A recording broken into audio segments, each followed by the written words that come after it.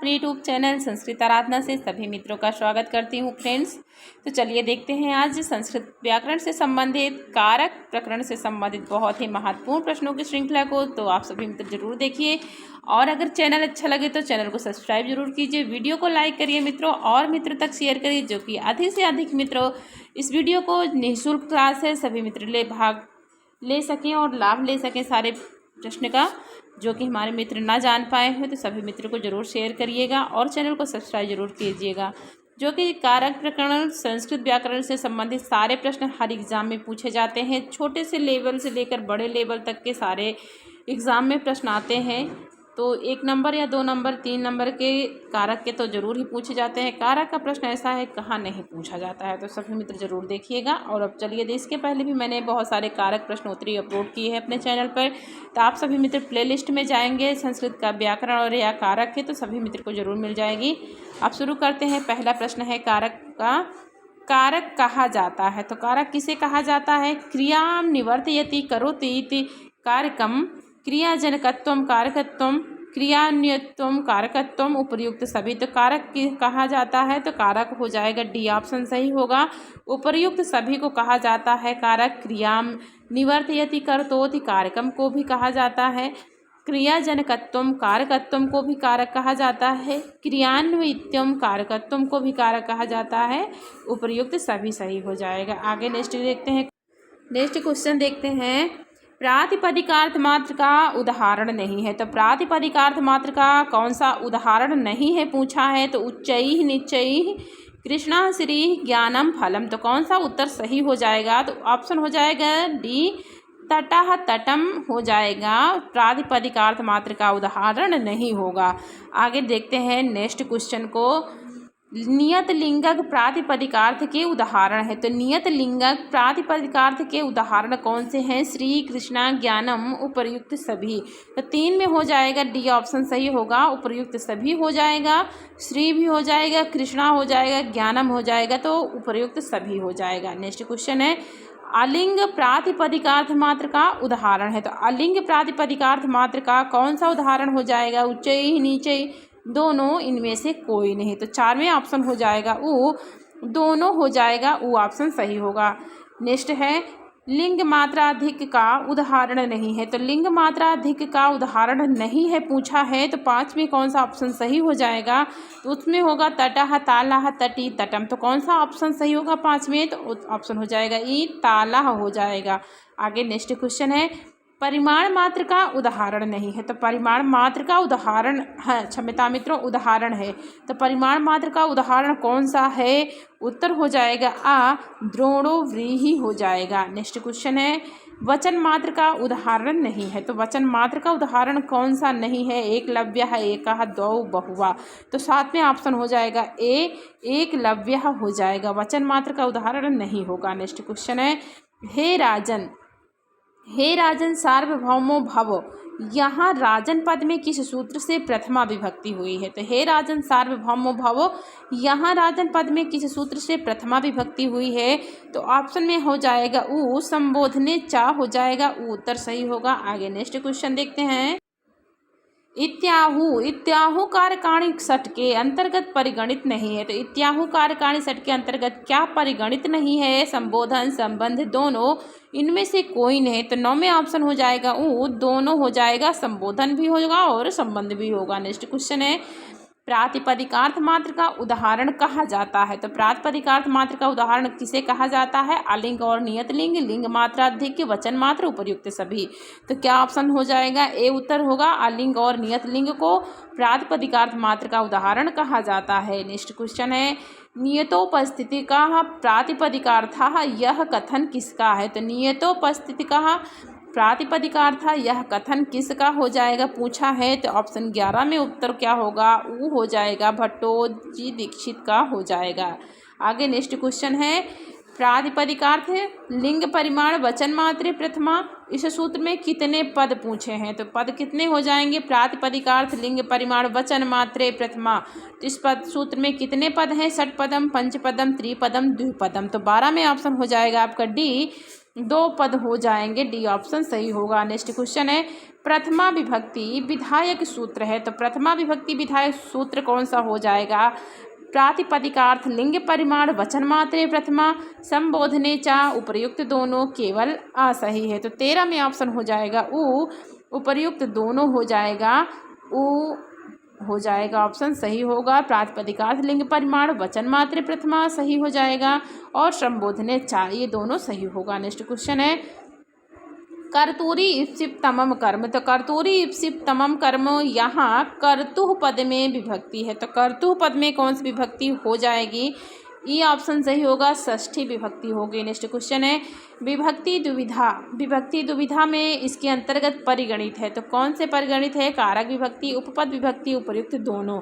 तो इसमें कौन सा ऑप्शन सही हो जाएगा? 15 में हो जाएगा उपर्युक्त दोनों हो जाएगा, उत्तर सही होगा। नेक्स्ट क्वेश्चन है अण्यंत अवस्था के कर्ता की अण्यंत अवस्था में कर्म संज्ञा करने वाला सूत्र है, तो अण्यंत अवस्था के कर्ता की अण्यंत अवस्था में कर्म संज्ञा करने वाला कौन सा सूत्र होगा? कर्तूरी इप्सिप तमम कर्म, अधिसिंह स्थ साम कर्म, दिवा कर्म च, गति बुद्धि प्रत्यवसानार्थ शब्द कर्मा कर्म काणा मणि कर्ता सड़व। तो ऑप्शन 16 में हो जाएगा, डी ऑप्शन सही होगा।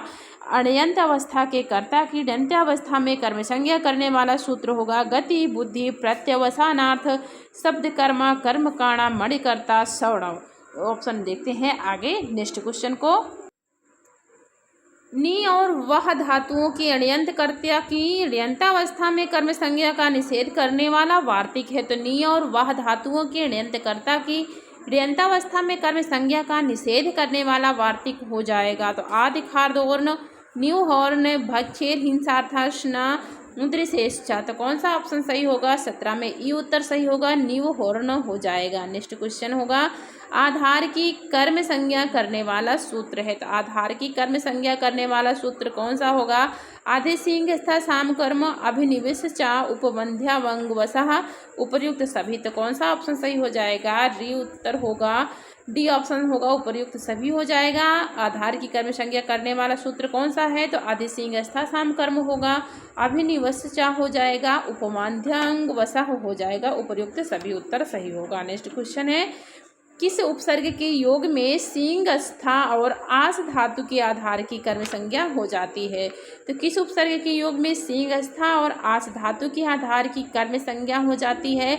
उप परा अधि अनु, तो 19 में उत्तर हो जाएगा अधि हो जाएगा। आगे नेक्स्ट क्वेश्चन है अभि और नी उपसर्ग पूर्वक किस धातु के आधार की कर्म संज्ञा होती है? तो अभि और नी उपसर्ग पूर्वक किस धातु के आधार की कर्म संज्ञा होती है? सींग विष स्था आसु, 20 में ऑप्शन हो जाएगा ई विष धातु हो जाएगा, ई उत्तर सही होगा। नेक्स्ट क्वेश्चन है उपान्वंध्यांगवशः इस सूत्र में कितने उपसर्ग परिगणित है? तो उपान्वंध्यांगवशः इस सूत्र में कितने उपसर्ग परिगणित है? 3 4 5 2, तो 21 में ऑप्शन हो जाएगा ई 4 हो जाएगा। नेक्स्ट क्वेश्चन है किन अव्ययों के योग में द्वितीय विभक्ति का प्रयोग होता है? तो किन अव्ययों के योग में द्वितीय विभक्ति का प्रयोग होता है? अंतरांतरेण धिक उपर्युक्त सभी, तो 22वें ऑप्शन हो जाएगा ई अंतरेण में होता है। किन अव्ययों के योग में द्वितीय विभक्ति का प्रयोग होता है? तो अंतरेण में होता है, अव्यय है तो अंतरेण में होगा, नहीं तो बाकी तो सबके पूरा हो जाता है। 22वें ऑप्शन यहाँ पर क्षम्यताम मित्रों, यहाँ पर अंतरेण नहीं होगा, मैंने गलत देखा है, तो यहाँ 22 में आपका हो जाएगा उपर्युक्त। वही तो मैं सोच रही थी कि इसमें तो सारे उदाहरण द्वितीय के हैं, अंतरा अंतरेण धिक उपर्युक्त सभी हो जाएगा। किन अव्ययों के योग में द्वितीय विभक्ति का प्रयोग होता है? तो डी ऑप्शन सही होगा, उपर्युक्त सभी हो जाएगा। आगे नेक्स्ट क्वेश्चन देखते हैं अत्यंत संयोग अर्थ होने पर कालवाचक तथा मार्गवाचक शब्दों से फल प्राप्ति न होने पर कौन विभक्ति होती है? अत्यंत संयोग अर्थ होने पर कालवाचक तथा मार्गवाचक शब्दों से फल प्राप्ति न होने पर कौन विभक्ति होती है? इसमें कौन सा ऑप्शन सही हो जाएगा? प्रथमा, द्वितीय, तृतीय, चतुर्थी, तो 23 में ऑप्शन हो जाएगा ई द्वितीय हो जाएगा, ई ऑप्शन सही होगा। नेक्स्ट क्वेश्चन है किस पद के योग में द्वितीय विभक्ति नहीं होती है? तो किस पद के योग में द्वितीय विभक्ति नहीं होती है? अभिता, परता, समय, निक्षा, हा प्रतियोगे, अभिद्वितीय, तो किस योग में? तो यहाँ पर तो 3 ऑप्शन मिल गए द्वितीय के, बाकी एक ऑप्शन नहीं मिल रहा है, तो कौन सा ऑप्शन सही हो जाएगा? तो इसमें उत्तर कौन सा सही हो जाएगा? तो 24 में ऑप्शन हो जाएगा आपका डी ऑप्शन होगा अय्य भो हो जाएगा, क्योंकि अभिता परिता समया निष्ठा प्रतियोगे अपितुतिया होगा। आगे नेक्स्ट क्वेश्चन है, अभिता केशवम गोपः गावस्तम परितः स्थिता समयातम स्थिता राधा निकषाताम सखी जना। यहाँ किस वार्तिक से द्वितीय विभक्ति हुई है? तो किस वार्तिक से यहाँ पर द्वितीय विभक्ति हुई है? कौन सा उत्तर सही हो जाएगा आपका? तो यहाँ पर 23 में ऑप्शन कौन सा, क्षमता मित्रों 25 में कौन सा ऑप्शन सही हो जाएगा? तो ई उत्तर हो जाएगा अभिता परिता समया निकषाः प्रतियोगे अपि द्वितीया। ई ऑप्शन सही हो जाएगा। अभिता केशवम गोपा गाव स्तंभ परितः स्थिता समयातम स्थिता राधा निकषाताम सखी जनः। यहाँ किस वार्तिक से द्वितीय विभक्ति? तो इसमें सारे सूत्र आ गए हैं, ई ऑप्शन सही होगा। नेक्स्ट क्वेश्चन है, सहसाकम समम सार्धम सहसाकम सार्धम समम सात्राय आदि की योग में अप्रधान में किस विभक्ति का विधान किया जाता है? तो सहसाकम सार्धम समम सत्रा आदि की योग में अप्रधान में किस विभक्ति का विधान किया जाता है? तो 26 के ऑप्शन में ये उत्तर सही होगा, तृतीया हो जाएगा। आगे नेक्स्ट क्वेश्चन है, एनांग विकारः सूत्र का उदाहरण है। तो एनांग विकारः सूत्र का कौन सा उदाहरण पूछा है इसमें? तो 27 में ऑप्शन हो जाएगा डी उपर्युक्त सभी हो जाएगा। अक्षणाकाढ़ पादेन खंजः पृष्ठेन कुब्जः। नेक्स्ट क्वेश्चन है, इत्थ्यंभूत लक्षणे। इत्थ्यंभूत लक्षणे में कौन सा हो जाएगा? सूत्र से तृतीया विभक्ति का विधान किया गया है। तो इत्थ्यंभूत लक्षणे सूत्र से तृतीया विभक्ति का विधान किया गया है, कौन सा हो जाएगा? जटाभितापसः ई में आकृत्या सूरह में वेषेण यति में उपर्युक्त सभी में। तो 28 में ऑप्शन हो जाएगा डी उपर्युक्त सभी में हो जाएगा। इत्थ्यंभूत लक्षणे सूत्र से तृतीय विभक्ति का विधान किसमें किया गया है? तो 28 में डी ऑप्शन सही हो जाएगा। नेक्स्ट क्वेश्चन है, हेतु सूत्र से हेतु अर्थात कारण में कौन सी विभक्ति होती है? तो हेतु सूत्र से हेतु अर्थात कारण में कौन सी विभक्ति होती है पूछा है। तो इसमें ऑप्शन होगा तृतीया विभक्ति होती है। आगे नेक्स्ट क्वेश्चन है, पुण्येन दृष्टो हरि में किस सूत्र से तृतीय विभक्ति का विधान है? तो पुण्येन दृष्टो हरि में किस सूत्र से तृतीय विभक्ति का विधान किया गया है? अपवर्गीय तृतीया इत्थ्यंभूत लक्षणे हेतु कर्तृकर्ण्यो तृतीया। तो 30 में कौन सा ऑप्शन सही होगा? तो उत्तर हो जाएगा हेतु हो जाएगा। पुण्येन दृष्टो हरि में किस सूत्र से तृतीय विभक्ति का विधान है? तो उत्तर हो जाएगा ऊ हेतु हो जाएगा। आगे नेक्स्ट क्वेश्चन देखते हैं, अपवर्गीय तृतीया इस सूत्र का उदाहरण नहीं है। तो अपवर्गीय तृतीया इस सूत्र का उदाहरण कौन सा नहीं पूछा गया है? तो नहीं को बहुत ही ध्यान से देखिएगा मित्रों, क्योंकि इस नहीं में हम लोग नहीं रह जाते हैं, क्योंकि फिर आ जाते हैं, फिर से नहीं पढ़ते पढ़ते नहीं में ही रह जाते हैं। तो ये भी जरूर ध्यान दीजिएगा। आगे इसमें ऑप्शन देखते हैं, तो आ उत्तर सही होगा अपवर्गीय तृतीया में हो जाएगा मासम अधीते। आगे नेक्स्ट क्वेश्चन देखते हैं, हेतु सूत्र से तृतीय विभक्ति का विधान नहीं हुआ है। तो हेतु सूत्र से तृतीय विभक्ति का विधान नहीं हुआ है, यहाँ पर कौन सा ऑप्शन सही हो जाएगा? तो देख लेते हैं। ऑप्शन हो जाएगा ए जटाभितापसः हो जाएगा। आ उत्तर सही हो जाएगा जटाभितापसः। आगे नेक्स्ट क्वेश्चन है, प्रकृत्यादिभ्य उपसंख्यानम इस वार्तिक से तृतीय विभक्ति का विधान नहीं हुआ है। प्रकृत्यादिभ्य उपसंख्यानम इस वार्तिक से तृतीय विभक्ति का विधान नहीं हुआ है। तो प्रकृत्या चारु गोत्रेण गार्ग्यः सुखेन याति अक्षयी दिव्यति। ऑप्शन में हो जाएगा डी उत्तर सही होगा, अक्षयी दिव्य हो जाएगा दिव्यति। नेक्स्ट क्वेश्चन है, पृथक संस्कृतम नयो संस्कृति ही विना संस्कृतिम नयो भारतम नाना भारतात नेयम सृष्टि अतः संस्कृतम अतः संस्कृतम। तो पृथक संस्कृतम नयो संस्कृति विना संस्कृतिम नयो भारतम नाना भारतात नेयम सृष्टि अतः संस्कृतम अतः संस्कृतम। यहाँ किन पदों के योग में द्वितीय और पंचमी विभक्ति का विधान किया गया है? पृथक बिना नाना उपर्युक्त सभी। तो कौन सा हो जाएगा? 34 के ऑप्शन में डी ऑप्शन सही हो रहा है, उपर्युक्त सभी हो जाएगा। आगे नेक्स्ट क्वेश्चन है, धारेरुत्तमरणः इस सूत्र में उत्तमरणः पद का क्या अर्थ है? तो धारेरुत्तमरणः इस सूत्र में उत्तमरणः पद का क्या अर्थ पूछा है? ऋण लेने वाला, ऋण देने वाला, ऋण ना देने वाला, ऋण दिलाने वाला। तो 35 में ऑप्शन हो जाएगा ई ऋण देने वाला हो जाएगा। ई ऑप्शन सही होगा। आगे नेक्स्ट क्वेश्चन है, उत्तमरण की संज्ञा होती है। तो उत्तमरण की कौन सी संज्ञा होती है? करण, अपादान, संप्रदान, कर्म। तो 36 में हो जाएगा ऑप्शन आपका उ, संप्रदान संज्ञा होती है। तो उ ऑप्शन सही होगा। आगे नेक्स्ट क्वेश्चन है, पुष्पेभ्यः स्पृहति, यहाँ पुष्प में चतुर्थी विभक्ति किस सूत्र से हुई है? तो पुष्पेभ्यः स्पृहति, यहाँ पुष्प में चतुर्थी विभक्ति किस सूत्र से हुई है?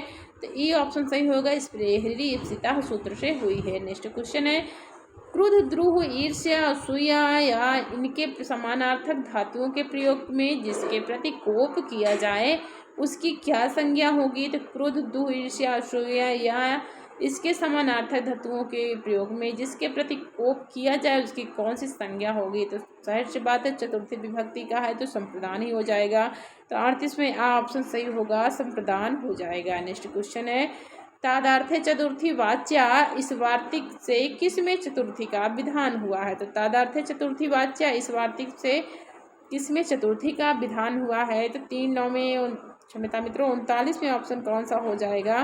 तो डी ऑप्शन सही होगा, उपर्युक्त सभी हो जाएगा। काव्य में इससे उपाय दारू मुक्ते हरि भजति, उपर्युक्त सभी में। नेक्स्ट क्वेश्चन देखते हैं, जुगुप्सा, विराम और प्रमाद अर्थ वाली धातुओं के प्रयोग में जिससे घृणा की जाए, जिससे रोका जाए और जहाँ प्रमाद किया जाए उसकी क्या संज्ञा होगी? तो जुगुप्सा, विराम और प्रमाद अर्थ वाली धातुओं के प्रयोग में जिससे घृणा की जाए, जिससे रोका जाए और जहाँ प्रमाद किया जाए उसकी क्या संज्ञा होगी? तो करण, कर्म, अपादान, संप्रदान। तो 40 में ऑप्शन हो जाएगा उ, अपादान संज्ञा हो जाएगी।